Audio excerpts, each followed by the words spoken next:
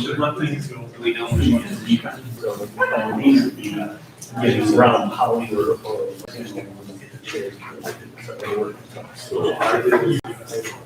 And you lost. And you lost. So is there competition for that 2 year? Well, 2 years. Yeah, it's usually 4 to 6 years. So. I know it. So we're gonna. Everybody's gonna have- are we gonna have a We're one? and stuff. You're still being Let's say not more than 3 your seats. That's exactly what we did. Today's your motion. You gotta sign up, you gotta fill out your application for it. So it's not. On campus stuff. Really? Yes. Maybe Yes. two. Yes. And then they want either 10 hours, but it's like. Okay, but that's a 6 hour.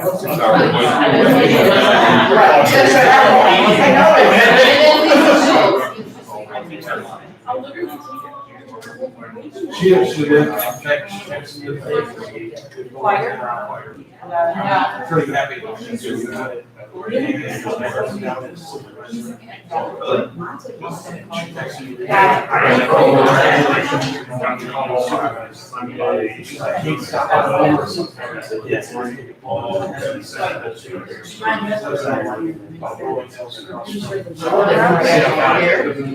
They're leaving late October. And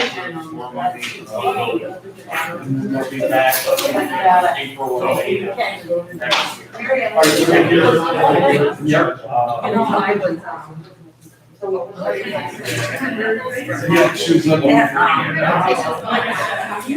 I bet you should. Doesn't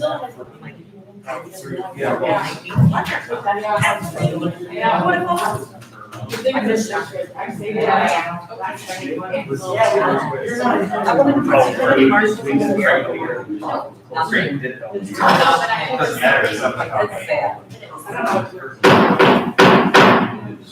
Good evening, everyone. Welcome to Lapeer Community School Board of Education meeting on Wednesday, August 5th, 2020. So, Mrs. Becker, would you please lead us in the pledge of allegiance? I pledge allegiance to the flag of the United States of America and to the republic for which it stands, one nation, under God, indivisible, with liberty and justice for all. Thank you, Mrs. Becker. Okay.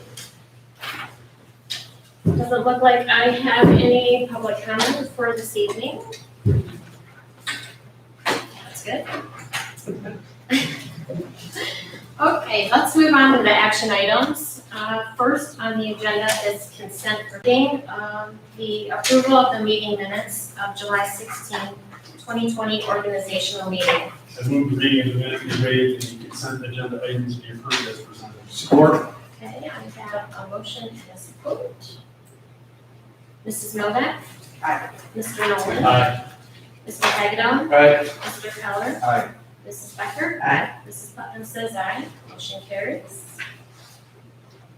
Okay, next we have the first reading of Board Policy 8460, COVID-19 Preparedness and Response Plan.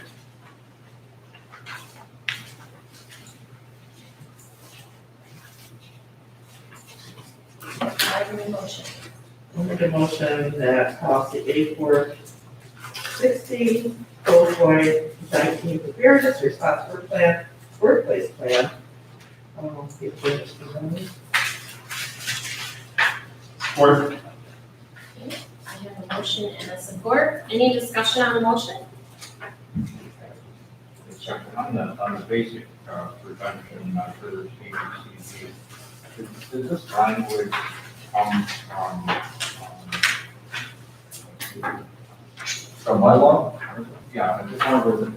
No, this is, Collins, yeah, so District Legal Counsel Collins Lana recommended this. We've had some changes since we last approved this, and this is a fairly recently approved policy that we even updated, we formally approved it, which means July. July. Yeah, first reading in Changed it June. since to update the language, so that's not new. Just, give ABCD, wasn't taken by that. I thought the encourage and discourage was a little soft, especially dealing with what we're dealing with. And again, the administrative guidelines are going to carry the policy. I want to keep to that. So we are on, what page are you on, Mike? The eight. Page 8. Yeah, on page 8, it's just Oh, right. ABCD that we encourage, I mean, if I'm experiencing COVID-related symptoms, encourage to stay home. I mean, if I'm experiencing COVID-related, I should stay home. Yeah. And it's not the happy with it on the soft side of that. Again, there's administrative guidelines to go to policy. And that's where you're gonna come in and say this is what, you know. Well, and I would, and Kim, if you want to chime in here too, obviously, the COVID preparedness and response plan, that's our next action item, speaks much more specifically to instances of demonstrating symptoms, having a positive test for both staff and students and what our protocols are.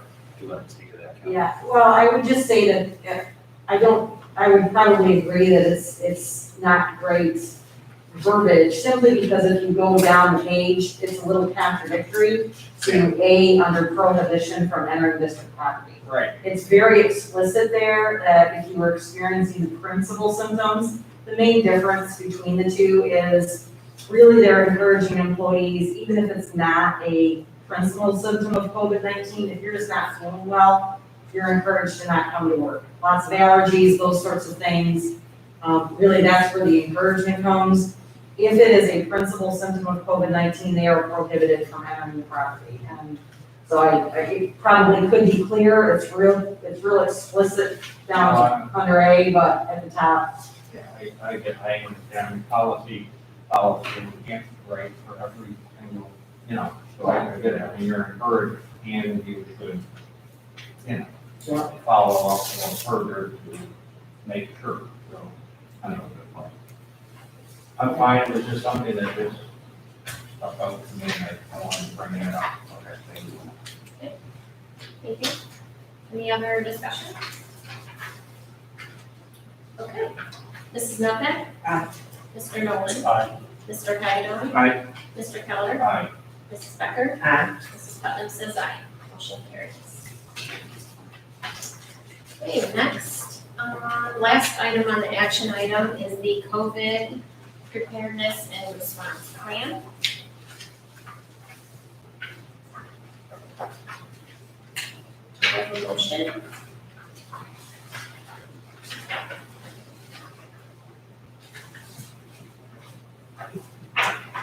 Yes, I'll make a motion that the COVID-19 preparedness and response plan be approved as presented. Okay. I have a motion and support. Any discussion? I would just like, on behalf of the whole team, to express that this product that you're reviewing and have reviewed since I last mailed it to you last week, I believe, represents several months worth of effort from not just the whole team, but the contributions of our school leadership at the principal level, teachers, community members. And in addition to that, I also have to express a lot of gratitude to the Lapeer County Health Department, the ISD, Lapeer County ISD, our neighboring school district leadership, in particular the superintendents group, who have been meeting weekly with health departments to make sure that our plans are consistent and as similar as they can be across the county. Our district legal counsel, obviously other documents that contributed to this were the Michigan Safeguard Plan put out by the governor's office in June. A number of our statewide organizations contributed to providing some template language and helping us put it all together. I also wanted to make mention that if the board approves this without further deliberation, we would like to communicate it with our staff and our school district community as recently as this week, maybe tomorrow, In addition, we will be updating our FAQ document to reflect many of the answers to questions that staff and parents and the community have sent us. We sent out some highlights and the broad strokes of this plan to our staff and community last week and asked for input. We have received lots of feedback, lots of very specific questions. Goal team also plans to pre-record the Zoom session tomorrow morning in response to all those questions and also publish that, make that available to the public. So I feel like we're in a really good spot moving forward. We firmly believe as a team that we're prepared for face-to-face instruction, but also agile enough to go virtual, fully virtual should that be the mandate or a requirement. Fully prepared, both from a policy perspective and a procedure perspective to respond to positive COVID cases, and also provide for the safety of our staff and students, all of which is addressed in this plan. So not only do you have the instructional component addressed in here, both face-to-face and virtual, but you also have a variety of very specific actions the district is ready to take in the case of preventative action and reaction to positive test cases. So urge your support and thank you for any questions you may have. Only just a comment, the work that's gone into this is evident. And when you're trying to get a moving target on a daily basis, I applaud you all for having put this together and adapting to the daily changes. I swear to God, I had to chuckle. I mean, if you want to really see where we're at, one of your references is like we're at 142 and we're on 165 now. Yeah. And I know you know this, but I just saw, what was it, Thursday or Friday, MHSAA said, stay tuned, they've changed things already. Yeah. And they're gonna tell us by August 20th what they're going to do, so. And I know you'll do this, but I just want to make sure everybody understands this is an evolving document and this will be updated on a regular basis as needed, but I really appreciate everything you put into this because I don't know how you're planning for 3 different scenarios. And all simultaneously, and all have the organization as big as it is, be prepared to adapt and change it down. So I know the kids are happy, they want to go back to school, but I think that the parents want their kids in school. And I really do, I really appreciate your efforts. Thank you very much. Yes, I'm appreciative that we're not saying, guess what, we're not returning to school. I think that that's really important to note that, our community wants students back in the district. Yes, I'm very appreciative that we haven't haven't made those decisions to say, we're not dealing with that kind of thing. I'm glad we are. It's funny you mentioned that, Lisa. We had that, Jared and I had that exact discussion today, which is logistically, this is a monumental lift. It's quite frankly easier to say because there's so many contingencies you have to plan for here. But it's also a reason why we survey our staff and survey our community, right? Staff want to be reassured that you guys are taking all the necessary steps to keep us safe. Parents want to know they can send their kids and it's going to be safe. But overwhelming majority of our community said, given the option, we want them back in school. So that's kind of a mandate from the community. We're in phase 4. It says face-to-face instructions allowed if you do these recommended things and required things. And it's a lot. It's a lot of your principal group to plan for this at the building levels, a lot of teachers to adapt on the fly and try over the course of the summer to become expert as virtual instructors, but also plan for face-to-face. And then you keep on top of that all the safety concerns that folks legitimately have. And I think that's what our community wants. And we know that we have over 1,000 responses to our survey, parent survey. And overwhelming majority of folks want to see us try to do this. Now, a lot of this is out of our hands. If the governor says we're back in phase 3, face-to-face instruction isn't an option. And districts across the state have to be prepared to do that. But if we're given the choice, this is what we want to choose to do. So We appreciate it. We really do. Any other discussion? Oh, just one question, if I may. Would you touch upon the busing situation real briefly? Because I've had several people actually asking me about how, especially the little ones that are going to prepare on bus. Yep. So when you look at, and busing is, obviously, Linda Thompson, our transportation director, is part of our Zoom recording tomorrow because there's a number of transportation questions that came in from parents. But when you're talking about busing And also, if I could just make a generic statement about student proximity throughout the course of the day. So in phase 4, masking is a requirement for all students in particular areas at certain times of the day. On the bus is one of those requirements. So if you are going to facilitate face-to-face instruction and you're going to transport students, because those are two separate questions, some districts have made the decision to just stop busing and just eliminate that as a variable. We have selected to do that. So you're not required to socially distance students on the bus, as was the original intention in phase 4 and some other language and executive orders that's been modified. But what you are required to do is mask every student and have them hand sanitize upon entry to the bus. So we are gonna, we've purchased a lot of PPE equipment. That's been a big part of this. The first part of this year's budget is gloves, masks, shields, hand sanitation, cleaning supplies, equipment, and then a protocol for when all those things actually happen. So as a student, and then to back up, the other highly recommended strategy, but not required, is student screening. So we are currently investigating, we have a staff screening protocol that staff has to fill out and complete every day. It's a mobile application. But the logistics of having our staff be responsible for screening 5,000 students every single day prior to getting them into the building would literally take us an inordinate amount of time. And I'll use a phrase that the health department director used with us in one of our many superintendent meetings. She said, there's the ideal, and then there's the practical, right? So if you're engaged in a number of these preventative measures, there are certain recommendations that you can be safe to manage through without. So on the bus, kiddos have to wear their mask. Their parents are going to be given guidance on how to complete a screening protocol. And we're going to have to ask the partnership of our families, right? The responsibility of all these things cannot be laid at the feet of the school and say, just do everything. So in my message to the community tomorrow, we're going to ask that, hey, moms and dads, we need you to step up and help us in this regard. So it's going to be going through that list of questions that most of us have answered going into a building at some point in the last few months, those screening questions. And just be a little bit more diligent about having that conversation with their kiddos before they get on the bus. So the screening will have taken place, their mask, hand sanitization as they get on the bus.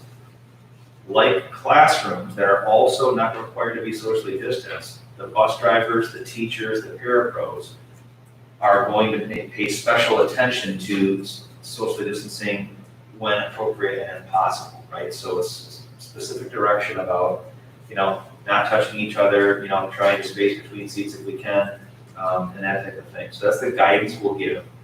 Likewise, in the classroom, they will not be socially distanced, but you can take preventative measures like plastic dividers when students are seated at tables, which we're doing, like facing all desks in the same direction, like eliminating a lot of additional furniture in a classroom that may limit seating capacity, bookshelves if they're empty, or other planters or lamps or things that take up floor space, eliminating those things and spacing desks as much as possible. Additionally, one of the limitations of face-to-face instruction is you have to minimize large group assembly. So it's things like going into the auditorium, it's having a cup assembly. It's those kinds of things that you eliminate. So we're taking special attention to distance at lunch, at elementary level, keeping cohorts of students together. So if I go to lunch with my class, cohorting is one of the preventative measures. When you intermingle students, that's a complicating factor. Hard to do at the secondary level if you're changing classes, but at the secondary level, we talk about less time at the locker, a little more flexibility in passing time to get kids who are going in single file and not congregating as much. So there's lots and lots of things you can do to account for that. So you'll hear phrases like socially distanced when appropriate or when possible. So it's really understanding the practicality of managing a school with lots of kids, but also taking steps that are reasonable and appropriate and logistically possible, right? So I can't tell you what we spent on hand sanitizer and washing stations and cleaning equipment and that kind of stuff, but it's expensive, right? It's expensive. You also have to provide education for kids and parents about how to use this stuff when it's appropriate. Your staff is taking on additional burdens of cleaning desks and high-touch areas in between classes. All that stuff is laid out in this plan. And so we're gonna urge people, I'm gonna try to limit our Zoom to 45 minutes tomorrow, but all this stuff is gonna be in print, right? So they're gonna have to, our families are gonna have to take some time, especially if they have real concerns, right?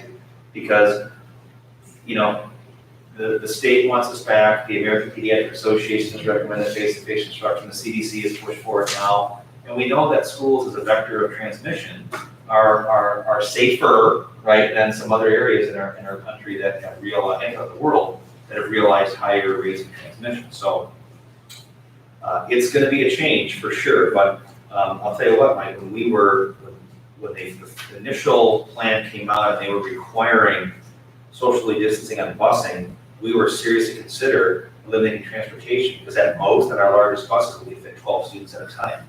It would take us 3 or 4 hours to transport all kids to school, and it was not feasible. Also, state police will not allow you to alter in any way the interior of a bus by, for example, putting plastic dividers in seats. So you have these competing limitations, right? So you can't distance, but you also can't put a plastic divider up because it violates, state police requirement, right, or limitation. So it's those competing interests that the districts have had to grapple with, which is, well, fire code says this, but this is what's recommended by the CDC. This is highly recommended, this is a requirement, and you're balancing all those things, right? So, it's just gonna look different, and that's okay. And we're, obviously, I think our biggest fear is the ping-ponging back and forth between face-to-face, and we have to quarantine in a classroom or a school, going to a virtual environment, and then coming back. And the inconsistencies that creates for parents in daycare, for those with younger kids.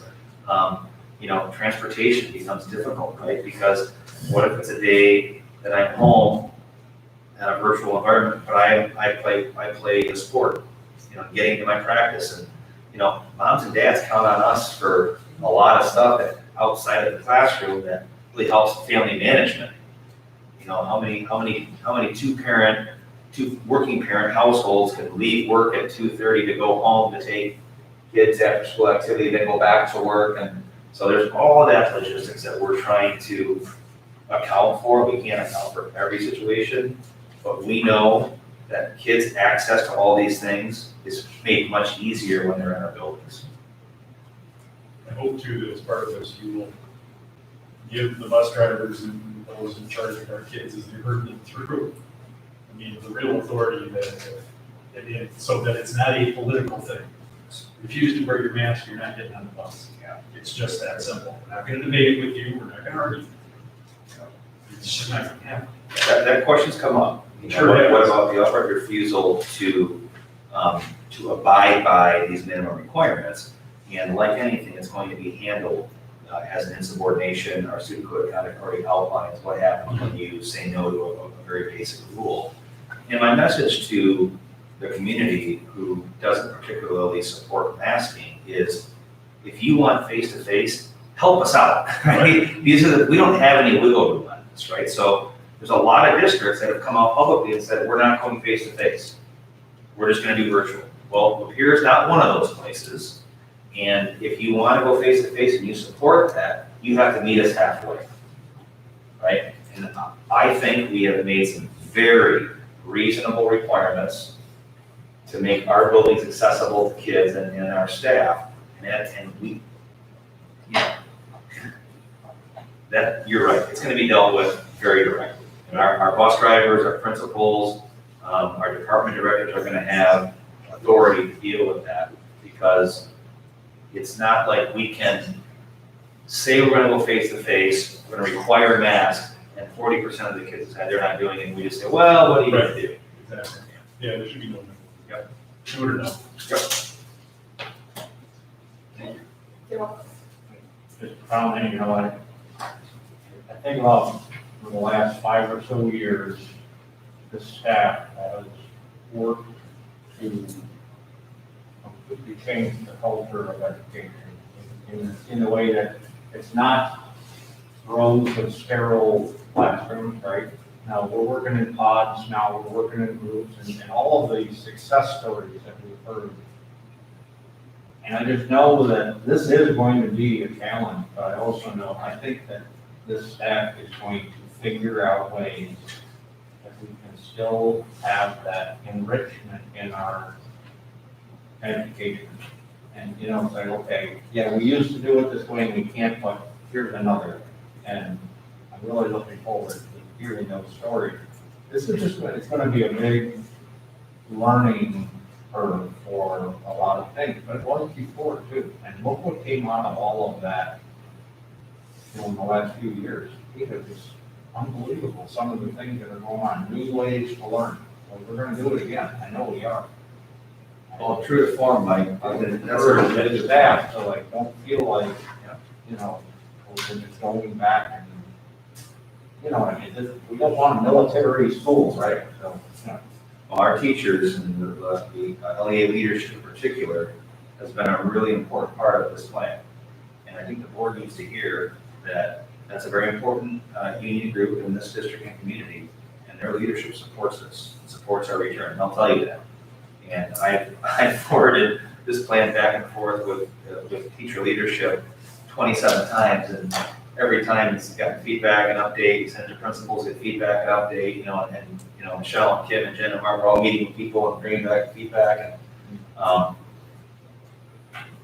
saw an email today of teachers at Zimmer, you know, begging to get in the building and get in their classroom and get set up, and we've got floor waxing going on, and it's good to hear some of those conversations. Your teachers, for the most part, really want to get back at it.